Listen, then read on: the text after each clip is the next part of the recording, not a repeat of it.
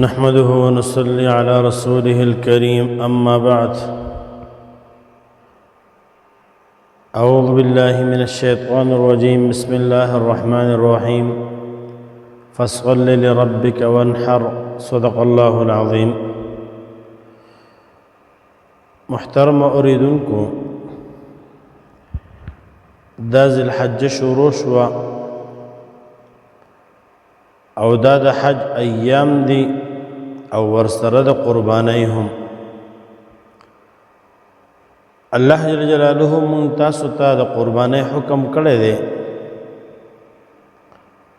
قربانی پچا باندې لازم ده؟ څوک پې کوي؟ شریعت مطهره کې د هغې دپاره شرایط دي چې پچا کې دا شرطونه وي نو هغه به قرباني کې قرباني په هغه باندې لازم ده. قرباني عبادت دی نو مسلمان به کې د کافر قرباني نه قبلېږي. عاقل به کې د لیوني باندې قرباني نشته، بالغ به کې نابالغ باندې قرباني نشته. کم سړی چې مقیم وي په خپل ځایګي کې وي، مسافر نه وي، په سفر کې نه وي، ځکه په مسافر قربانی نشته، په مقیم باندې قربانی ده. په دې ځای کې یو مسله موږ په وضاحت سره هغه بیانو. لکه مطلب زمون د بونیر خلق مسافر دی، خو دغه د مسافر نشي ویلی. هغه اصل لغوي معنی سره مسافر دی، ځکه د خپل ملک نه تللی دی، سفر یې کړی دی، لیکن شرعي مسافر نه دی. شرعي مسافر هغه خلق دی چې د هغو د 15 ورځو نه د کم سفر اراده. او زمون خلق چې کوم مسافر دی په ملکونو کې، ملیشیا کې، دوبۍ کې، سعودي کې، هغو نیت خو د کلونو وي، هغه مسافر نه. نو شرط دا دی چې دا سړی دی مقیم وي، نیت د اقامت کړی. لکه زمون دا خلق د دې ځای نه لاړ شي نو هغو نیت د اقامت هلته کړی، هغو هلته مقیم وي، نو هغو به قرباني کوي، وسعت پکې. دویم دا چې د ده سره کم مال دی، دا د حاجت اصلي نه سیوای. و د ده چې کوم حاجت اصلي دی، د هر چا خپل حاجت دی، د چا ګاډي ته ضرورت دی، د چا ګاډي ته ضرورت نه. دشمندار دغه ټوپک ته ضرورت دی، یو بل سړی دی کاریګر دی، دغه خپل آلاتو ته، خپل هغې اوزارو ته ضرورت دی. یا کور دی، په کور کې سامان دی د استعمال لپاره دی، یو سړی میلمه دی، دغه میلمه ډېر دی، ډېر لوښي ورسره دي، دا حاجت اصلي دی. نو چې دغه پیسې د ده سره د خپل حاجت اصلي نه هم سیوای. او بل شرط دا دی چې د قرض دم خالي. د یو سړي سره 10 لکه روپۍ دي، خو په هغه باندې 11 لکه روپۍ قرض دی. نو دا 10 لکه چې 11 لکه د متوجه کې، نو دا خو هېڅ پکې نه پاتې کېږي، الټه د قرضدار پاتې کېږي. نو د ده سره چې کوم پیسې دي هغه د قرض نه خالي، هله به په ده باندې قرباني. کو دې کروڑپتی دی، خو کو د کروڑاو پې قرض هم دی، نو په ده باندې بیا قرباني نشته. د صدقې فطر مقدار د ده سره پیسې موجود وي. یا موږ ووایو چې دومره پیسې د ده سره موجود دي چې په هغې باندې دې 2.50 تولې چاندي اخیستی شي. او نن سبا چاندي توله هغه په 1400 روپۍ باندې یو توله ده. نو چې موږ 1400 په 2.50 کې ضرب ورکړو، موږ ته به په خپله باندې پته ولګي چې دا موجوده نصاب دی.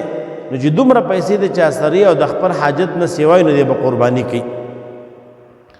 یو سړی دی دغه سره نغدې پیسې نشته، جایداد ورسره ډېر دی، او د جایداد د حاجت نه سیوا دی، نو بیا په دغه جایداد باندې هم په ده باندې قرباني ده.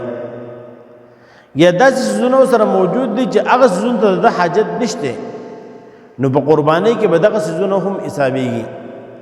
یاد ساتئ د زکات لپاره خپل مال دی. زکات کې نقد مال دی، مالی تجارت دی، سونه ده او چاندي ده، دا حسابېږي، نور څیزونه نه حسابېږي.